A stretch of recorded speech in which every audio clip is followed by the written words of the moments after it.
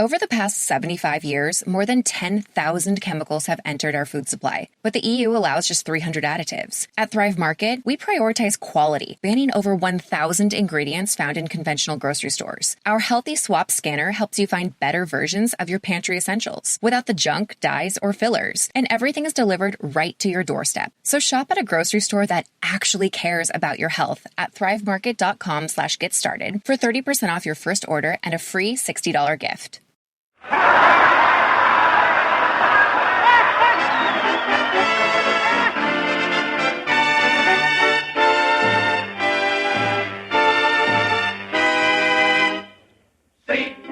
C-A-M-E-L-S. The Abbott and Costello program, brought to you by Camel, the cigarette that's first in the service according to actual sales records. See if your throat and your taste don't make Camel a first with you, too. Find out for yourself. Listen to the great rhythms of Freddie Rich and his orchestra, the swingy singing of Connie Haynes. And that lad whose message loud and clear each Thursday rings into your ear.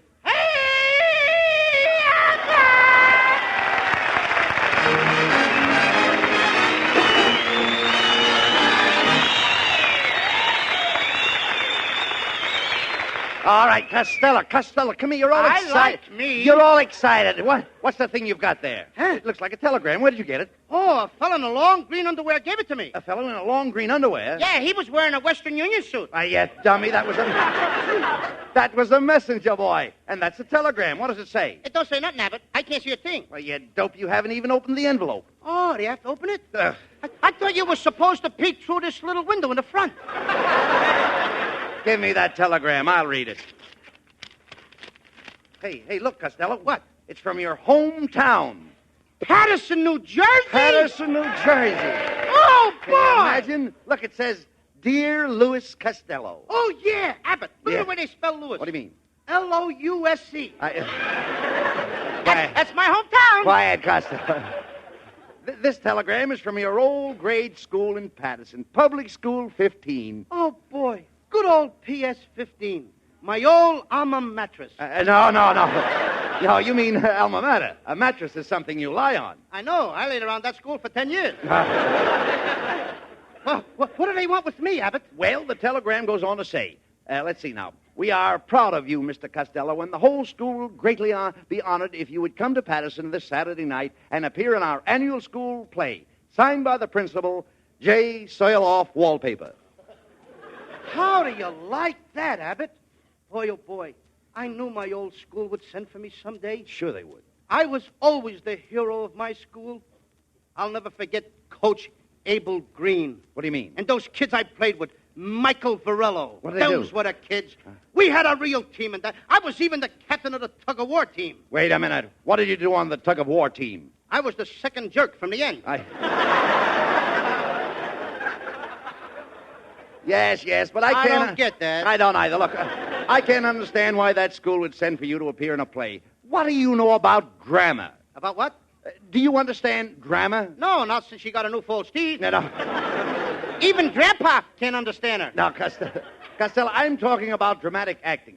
Did you ever do anything dramatic in school? Oh, did I? I used to get up and I used to excite poetry. You did? Get a load of this little gem, which I wrote myself. Let's hear it. And roses are red, and violets are purple. Sugar is sweet, and so is maple syrup. Come on, Maple syrup, it rhymes, don't it? Well, what about it? But maple syrup, what is that? What is maple syrup? What is maple syrup? Maple syrup is the stuff you put on flannel cakes. Okay, look. No, talk sense now. If you're going to Paterson, New Jersey, we've got to get down to the railroad station right away. Come on. Okay, come on.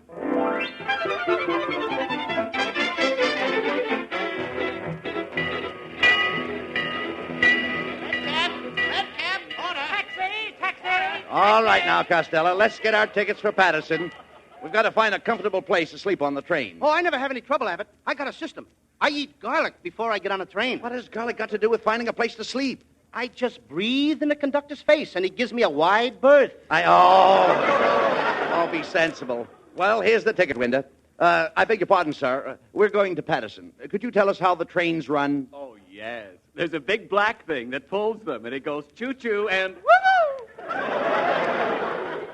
This guy's been drinking too much of that traveler's aid. Look. Look.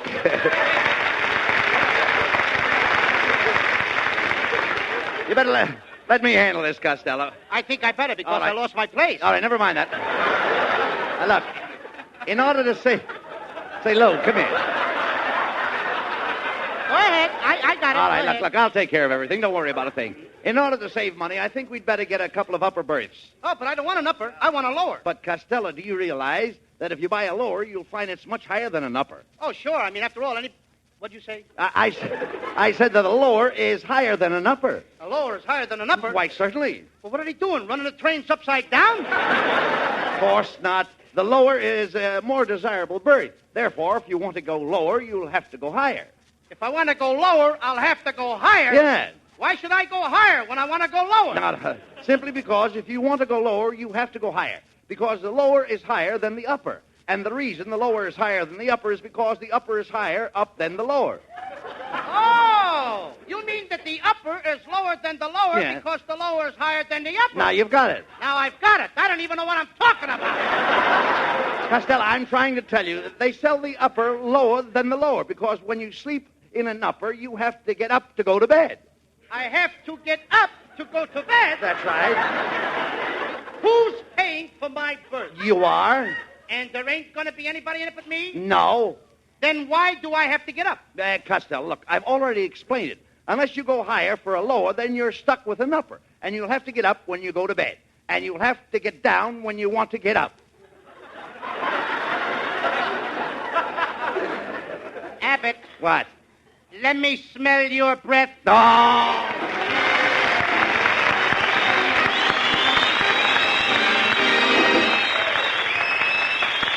Hey, friends, would you like to do me well, I was just about to say do me a favor, but actually I should say do yourself a favor. Or maybe do your throat and your taste a flavor. Let them judge for themselves which cigarette best agrees with them. Let them answer the question you have so often asked yourself about which cigarette is best for you. Let your throat try Camel's kind, cool mildness. Let your taste sample that rich, full flavor. Because your T-zone, that's T for taste and T for throat, can tell you more about Camels in one puff than I can in 10 programs. C-A-M-E-L-S. Camels, a superb blend of costlier tobaccos.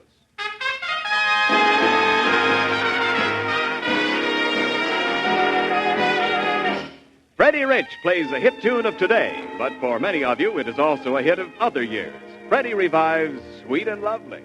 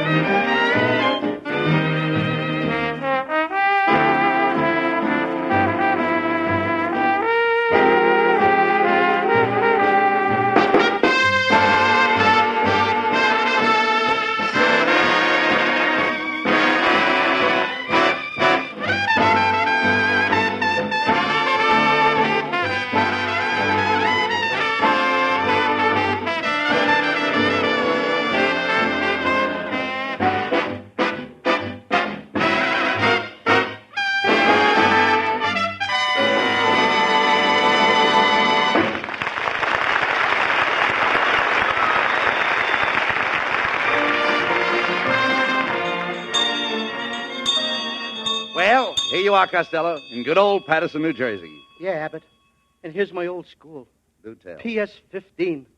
As I stand here looking at this old building, I think of the happy days I spent here as a boy. How long did you go to school, Costello? You mean counting kindergarten? Yes. 1 year. Well, come on, let's find the principal's office and see what time we start rehearsing for the school play tonight. Hey, what do you mean? What time we start rehearsing? Not we, me. This is my old school, not yours, Abbott. What do you mean? I'm going to do this play all by myself. I don't need your help. Oh, how can you say that, Costello? Haven't I always given you the best of everything? Why, last Sunday when we had a double date, I gave you the best girl. What a slick little number you had. Slick number is right. I bent her back in my arms and her hair slid off. All right, look.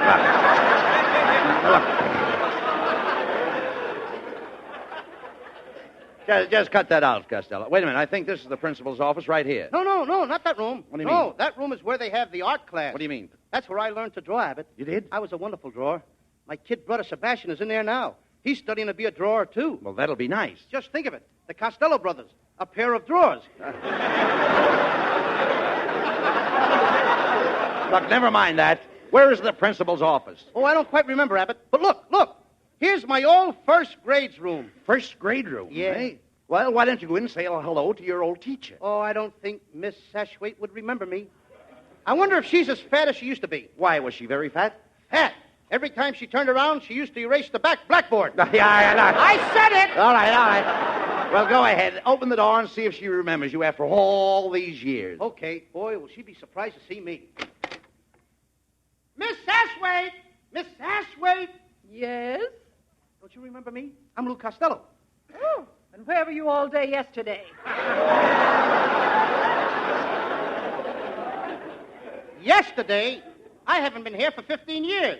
If you're absent one more day, you'll have to bring a note from your mother. Just a minute, Miss Sashwaite. I'm Lou Costello. Don't you remember how 15 years ago I always used to pester you by raising my hand? Yes? Well? You can go now.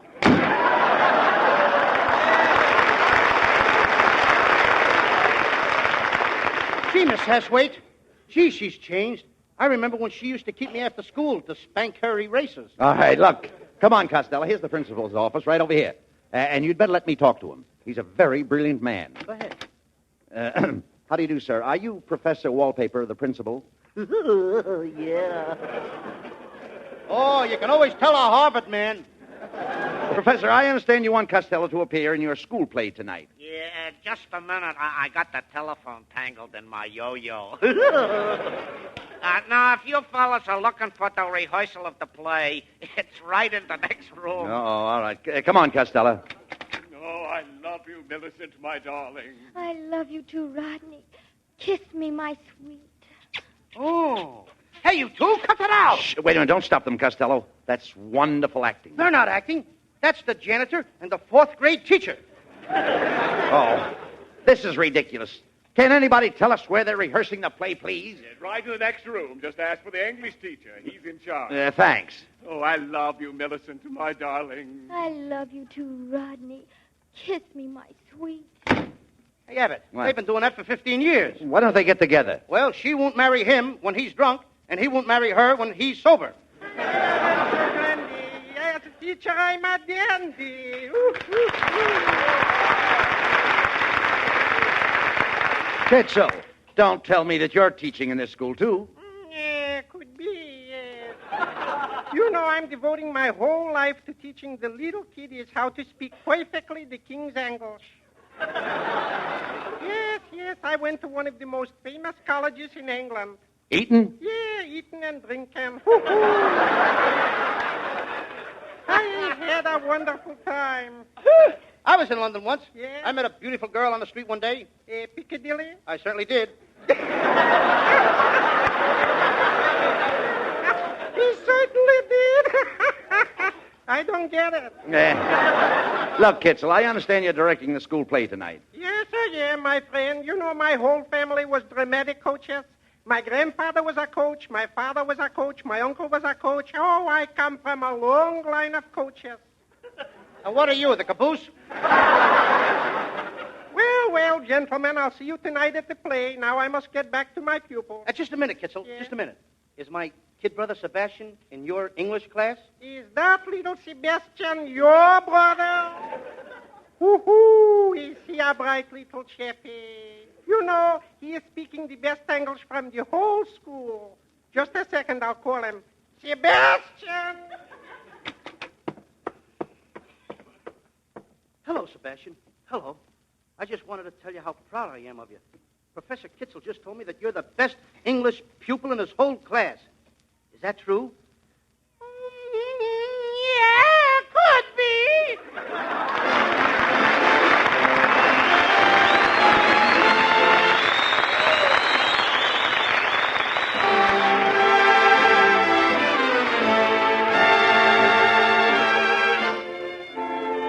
Lovely Connie Haynes and a lovely song together.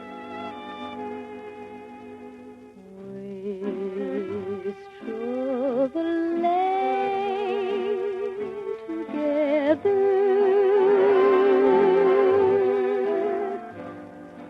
laughed at the rain together, sang love's refrain together, and we both pretend it would never end. One day we cried together,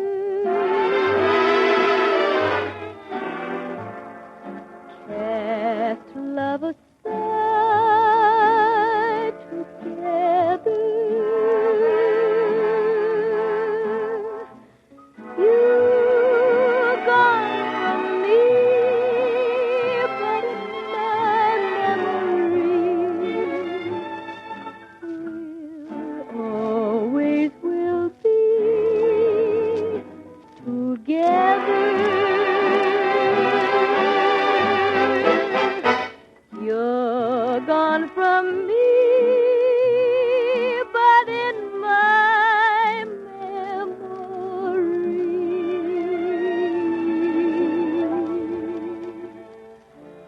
will always be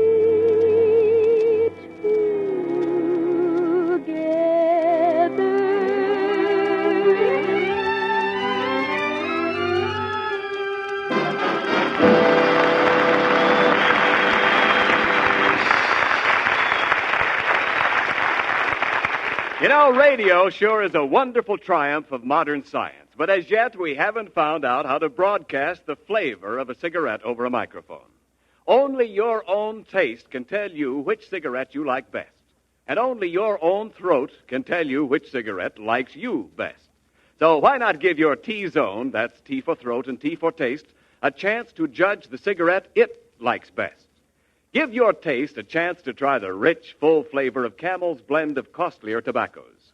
Give your throat the chance to try Camel's kind, cool mildness. Like millions of smokers, you too may find that your cigarette is C-A-M-E-L-S. Camel's. Let them tell their own story to your own T-zone today.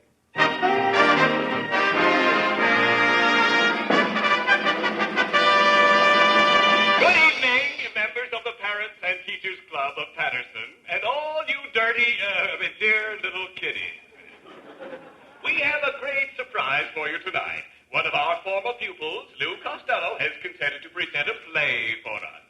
Most of you remember Lou Costello. In his school days, he was the head boy along this block. And let us listen to this blockhead. Costello, the audience is waiting for you. You've just been introduced. Open this door. Here I am, Uncle Bud. Sebastian, what are you doing in your brother's makeup and his costume? What is the meaning of this? Louie has disappeared. Disappeared? Mm-hmm. But don't worry, Uncle Bud. What do you mean? I'm going out on the stage and I'm going to take his place. And the audience will never know the difference. I put on this big putty nose that I got, and I put on my nose, this big putty nose. But, Sebastian, you've got the putty down over the end of your nose. How are you going to smell? All right, unless they turn on the heat. Look, Sebastian, what are you going to do when you get out on that stage? Well, I'm going to tell them a story about Romeo and Juliet. And it was written by William Shakespeare, a very great ether. Ether? Mm-hmm. You mean author. Ether puts people asleep. That's what this story's going to do. Well, All right, as long as Lou isn't here, I suppose you'll have to do it. Okay, come on, hurry up. The curtain's going up. Come on, there you are. Oh, okay, thank you. Good evening, ladies and gentlemen. I'm about to tell you the story of Romeo and Juliet. Now, I don't want any interruptions from you, Uncle Abbott. Go ahead, let's My hear the big story. brother told me how you interrupt him. Well, go ahead. But don't interrupt me. Tell that story. Don't give me that. Go Don't ahead, interrupt me, that's all.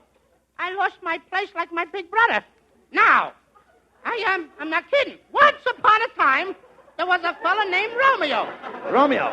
What did this Romeo look like? I got out of that one. Well, all right, what did he look like? Huh? What did he look like? Well, he was about... How do I know what he looked like? I never met the guy. Then why do you tell stories about people you don't even know? Nobody knows Romeo. He's just a guy in a story. He's an imaginary character. Oh, you mean he's just a person in fancy? In fancy? In fancy what? In fancy nothing. That's a good way to catch gold.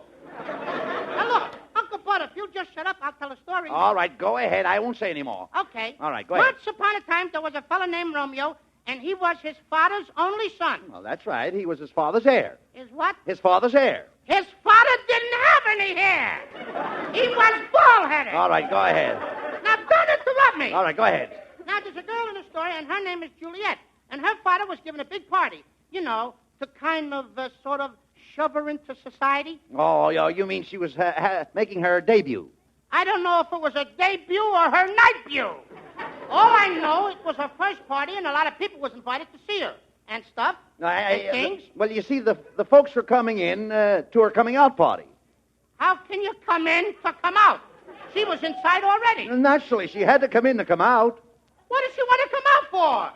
She was inside. This wasn't an outdoor affair. All right.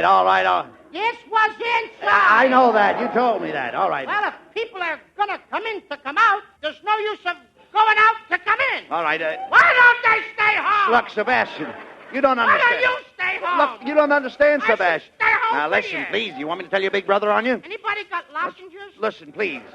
Look, the party brings her out. The party brings her out. That's right. Why should the party bring her out? What did the little girl do? No. The party didn't even start, and some guy right away wants to drag her out. No, you don't understand. Why don't they leave the little kid alone?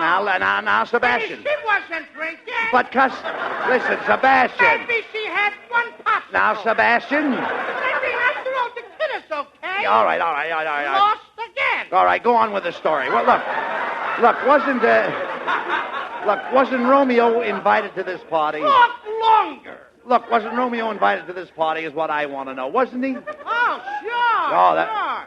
No, you see, Juliet's father... Thank you, Mr. Bernard. Juliet's father...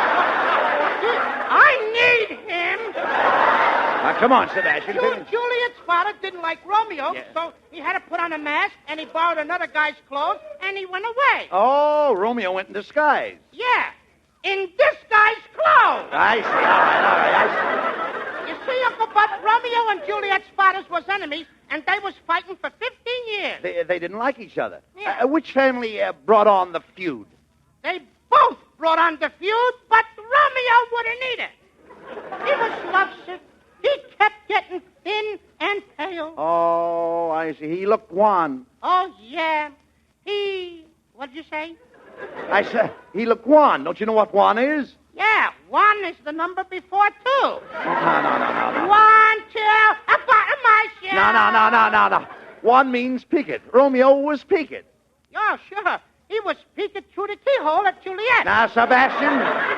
Well, if I was there, I'd have peeked at her myself. Sebastian, will you please go on with the play? Well, anyway, every night Juliet used to sit on the balcony. Why did she sit in the balcony? Because she couldn't afford a seat in the orchestra. Sure. All right. And she liked to sit in the balcony. All right, now, don't Up argue. there she could smoke. Oh, yeah, I understand. Put her feet on the rail. Yes, go on, go ahead. So far, so good. Go ahead. One night, I hope I can hold out. All One right. night, Juliet dropped her handkerchief, and Romeo picked it up and handed it to her. And what did Juliet do when Romeo handed her the handkerchief? As she'd done like anybody else. What? Just what? Well, you know what I Wait, mean. do you know the story, don't you? Oh, yes, Well, what did Juliet do when Romeo handed her the handkerchief? You know, like they always... What did she do? She wiped her nose. All right, now. Gee, did you have to make me say that? Well, all right, never mind. I mean, it's your line. All right, Go ahead.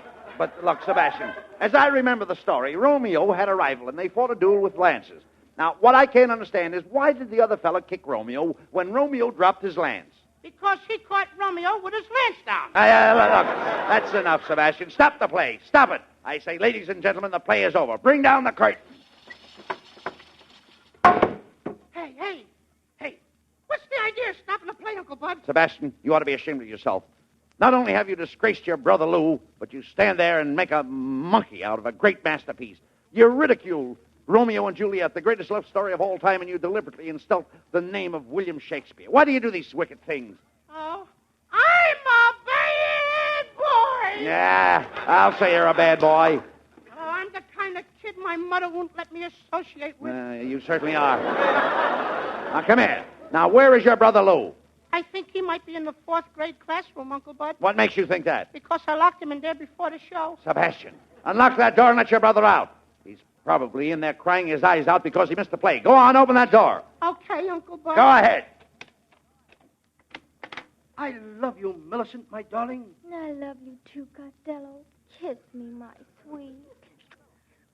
Costello,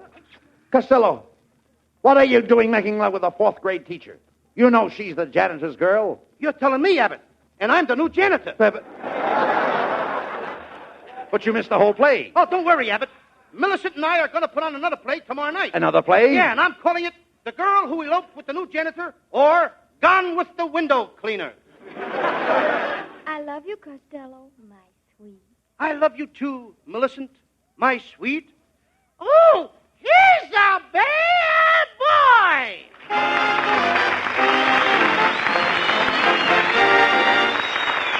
Abbott and Costello will be back in a moment. Thanks to the Yanks of the Week. Tonight we salute Technical Sergeant George James H. Logan of Luling, Texas, who is one of only 2 men in this war to receive both the Congressional Medal of Honor and the Distinguished Service Cross. In your honor, Sergeant James M. Logan, the makers of Camels are sending to our fighters overseas 400,000 Camel cigarettes. Each of the 3 Camel radio shows honors a Yank of the Week by sending free 400,000 Camel cigarettes overseas. A total of more than 1 million Camels sent free each week. In this country, the Camel caravans traveling from camp to camp have thanked audiences of more than 4 million Yanks with free shows and free Camels. Camel broadcasts go out to the United States 3 times a week, are rebroadcast to our men overseas and to South America. Listen tomorrow to Jimmy Durante and Gary Moore. Monday to Bob Hawke in Thanks to the Yanks. And next Thursday to Abbott and Costello. And before we hear from the boys, I'd like to say the Merchant Marine needs more men to man the supply lines to victory. And to eligible men, it offers not only a well-paid and worthy present, but a splendid future. In 6 months' time now, you can make the progress it would have taken you 3 years to make before Pearl Harbor. Get all the facts. Go to any United States Employment Service office or wire collect to the United States Merchant Marine, Washington, D.C. And now, here are Bud and Lou Costello with a final word. Thanks, Ken. But it's getting a little late, so all we'll have time to say is just good night, folks. And good night to everybody. Good night, please buy bonds. Buy bonds. Good night, folks. To everybody in Patterson, New Jersey. Good night, neighbors. Good night, neighbors. Be sure to tune in next week for another great Abbott and Costello show. And remember, try Camels on your throat and your taste. See for yourself how Camel's mildness, coolness, and flavor click with you.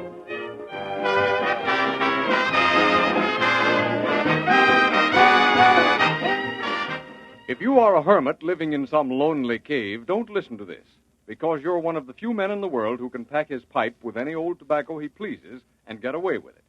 But if you want your pipe to make a hit with people around you as well as yourself, then load up with Prince Albert.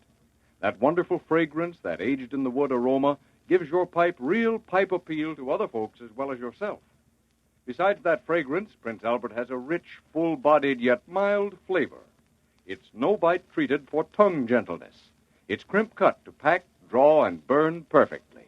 And what a bargain. Just about 50 pipefuls in one regular 2-ounce package. More pipes smoke Prince Albert than any other tobacco in the world.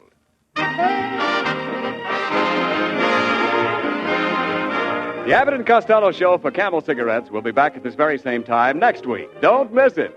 This is Ken Niles in Hollywood, wishing you a pleasant good night. This is the National Broadcasting Company.